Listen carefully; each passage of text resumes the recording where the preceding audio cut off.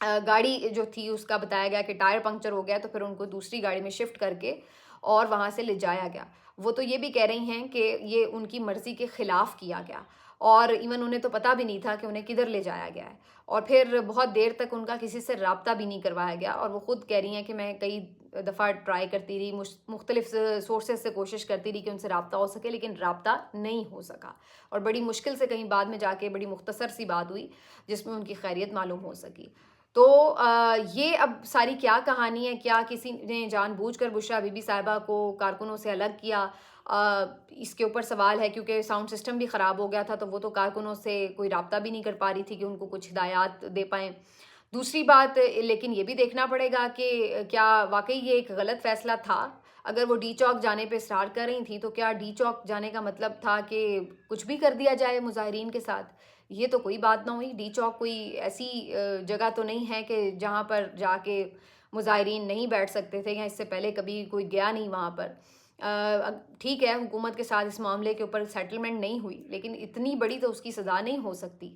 تو یہ جو ساری چیز ہے، اب ظاہر آگے آگے چیزیں کھلیں گی تو پتہ چلے گا، لیکن مراد سعید صاحب نے ایک ٹویٹ ضرور کیا، اور انہوں نے اسی بارے میں بات کرتے ہوئے کہا ہے کہ خود احتسابی تو ہوگی اور لازمی ہونی چاہیے، اور اس چیز کا پورا جائزہ لیا جائے گا کہ پی ٹی آئی لیڈرشپ کے اندر کون کون ایسا ہے جس نے کہیں پر بھی کمپرومائز کیا، غداری کی، کمزوری دکھائی، غلط فیصلہ کیا، بدنیتی دکھائی۔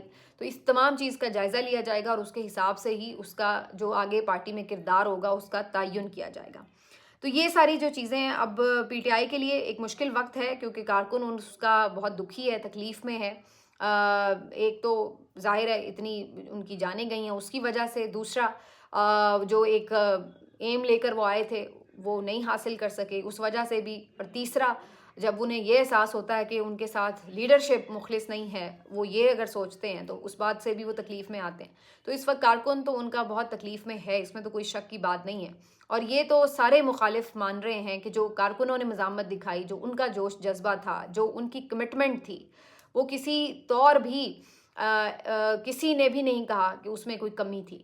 اور کبھی کبھی تو مجھے ایسا بھی لگتا ہے کہ اگر بشریٰ بی بی صاحبہ یہاں پہ موجود رہتی تو شاید یہ ایسا ہوتا کہ کارکن بھی یہاں سے نہ منتشر ہوتے، بھلے گولیاں چلتی بھی رہتی تو شاید وہ وہیں کھڑے ہی رہتے، اور جانی نقصان اور بھی زیادہ ہو سکتا تھا۔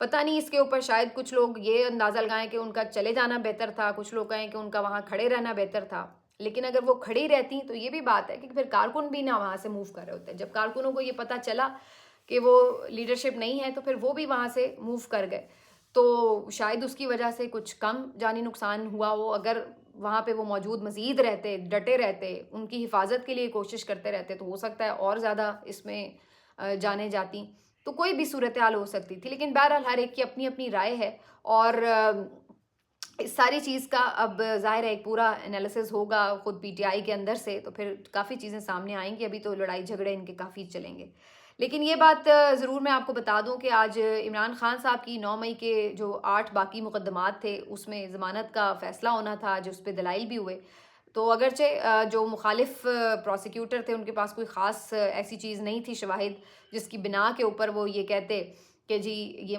ضمانت نہیں ہونی چاہیے، لیکن جو حالات ہیں اس میں تو واضح تھا کہ ان کو ضمانت نہیں ملنی تھی، تو وہ ضمانت عمران خان صاحب کی جو درخواست ہے مسترد ہو گئی ہے، اور اب وہ ابھی تک ان مقدمات میں گرفتار ہی ہیں۔ باقی آخر میں جی شہباز شریف صاحب نے ضرور ایک بات کی ہے، اور ان کا یہ کہنا ہے کہ جی یہ جو سارا معاملہ انہوں نے ہینڈل کیا اس پہ بڑی مبارکباد بھی دی ہے، انہوں نے بڑا کریڈٹ لیا ہے کہ ہم نے کوئی بہت زبردست کام کیا ہے، اور بلکہ انہوں نے اپنے سر سارا کریڈٹ نہیں لیا، بلکہ انہوں نے کہا ہے کہ آرمی چیف اس میں ہمارے ساتھ انہوں نے پورا تعاون کیا، تو انہوں نے پورا کریڈٹ ان کو بھی ساتھ دیا، وہ ہر چیز میں آپ کو پتہ دیتے ہیں، تو یہ ان کی ایک ویسے بات ہے کہ ہر چیز میں کریڈٹ وہ پورا دیتے ہیں، تو یہ اگر ان کے لیے ایک کریڈٹ کی کوئی چیز تھی، چاہے جان کہیں سے بھی کسی کی بھی جائے، جو بھی صورتحال ہو، اگر ایون کوئی جان نہ بھی گئی ہو تب بھی جو یہ مناظر تھے، یہ ساری چیزیں، یہ تو کوئی ایسے حوصلہ افزا مناظر نہیں تھے کہ جس کو بندہ یہ کہے کہ یہ کوئی بڑی کامیابی ہے، لیکن بہرحال شہباز شریف صاحب سمجھتے ہیں کہ یہ کامیابی ہے، تو پھر ان کی شاید اسی طرح کی ایک روایت ہے، کیونکہ اس سے پہلے سانیہ ماڈل ٹاؤن میں بھی شاید انہوں نے یہی سمجھا ہو کہ کوئی کامیابی تھی، وہاں پر بھی نہتے جو کارکن طاہر القادری صاحب کے 14 لوگ شہید ہوئے تھے، خواتین بھی تھیں اس میں، تو شاید اس کو بھی یہ اسی طرح کی کوئی کامیابی سمجھتے ہوں۔ لیکن اصل بات یہی ہے کہ جب ہمارے ملک میں کسی چیز کا احتساب نہیں ہوتا تو پھر اس طرح کے واقعات رپیٹ ہوتے رہتے ہیں. اور یہی وجہ تھی کہ ثانیہ ماڈل ٹاؤن 2014 میں ہوا، اس سے کے بعد 10 سال گزر گئے، لیکن کئی حکومتیں آئی گئیں، اس کا کوئی فیصلہ نہیں ہو سکا. اور آخر کوئی تو تھا نا جس نے 14 لوگ مارے تھے. کہاں ہے وہ بندہ؟ کس کی سر ذمہ داری ہے؟ کیوں اس کو سزا نہیں ملی؟ کسی کو معلوم ہے اس بارے میں؟ کوئی تو ذمہ دار تھا نا. 14 لوگ خود بخود تو نہیں مر گئے تھے. تو یہ جب ہمارے ملک میں جب ریت ہی نہیں ہے تو پھر سب کو پتہ ہوتا ہے کہ جو مرضی کر لو، ٹھیک ہے، کوئی مسئلہ نہیں، کون سا کسی نے پکڑ لینا ہے یا کوئی سزا ہو جانی ہے. اور ضمیر تو ویسے ہی سب کے مردہ ہیں، تو اس لحاظ سے دوبارہ بھی سانحہ ہو جاتے ہیں اسی وجہ سے. تو یہ ساری صورتحال ہے. بہرحال شہباز شریف صاحب کو ایک اور ان کا کریڈٹ مبارک ہو. ملتے ہیں آپ سے اگلے ویلاگ میں. اپنا خیال رکھیے. اللہ حافظ.